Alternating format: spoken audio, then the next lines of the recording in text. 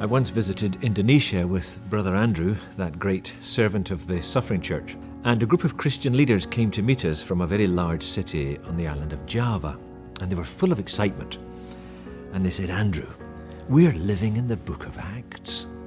We've seen growth, angels, healings, miracles, amazing conversions.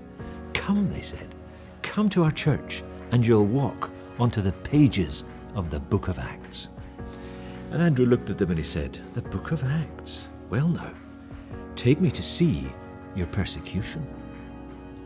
"Persecution?" they said. "We don't have any. We're doing so much good here. Everybody loves us."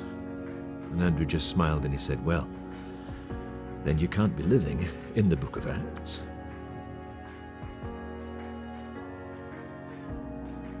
It's true, sure.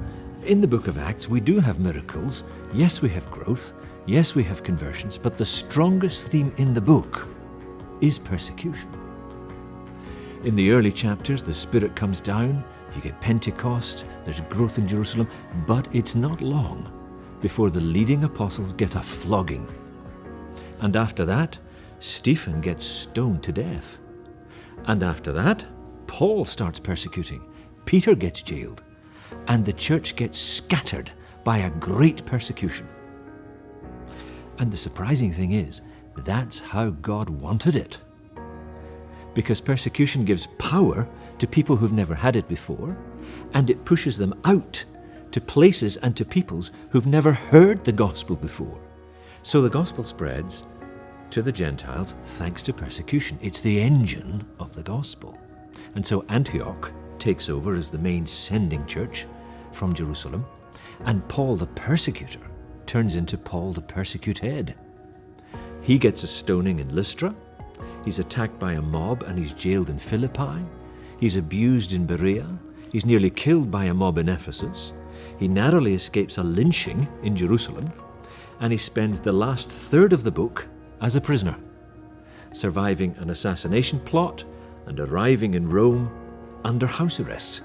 And that's where the book climaxes, with Paul still under arrest. And why is this?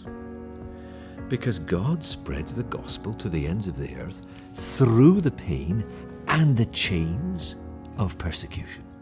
It's the point of the book. Acts doesn't make sense without persecution. The gospel only spreads because of it. Persecution is the motor of the gospel. And that's God's way. And maybe, though it's a very unrealized truth today, maybe it's still His way.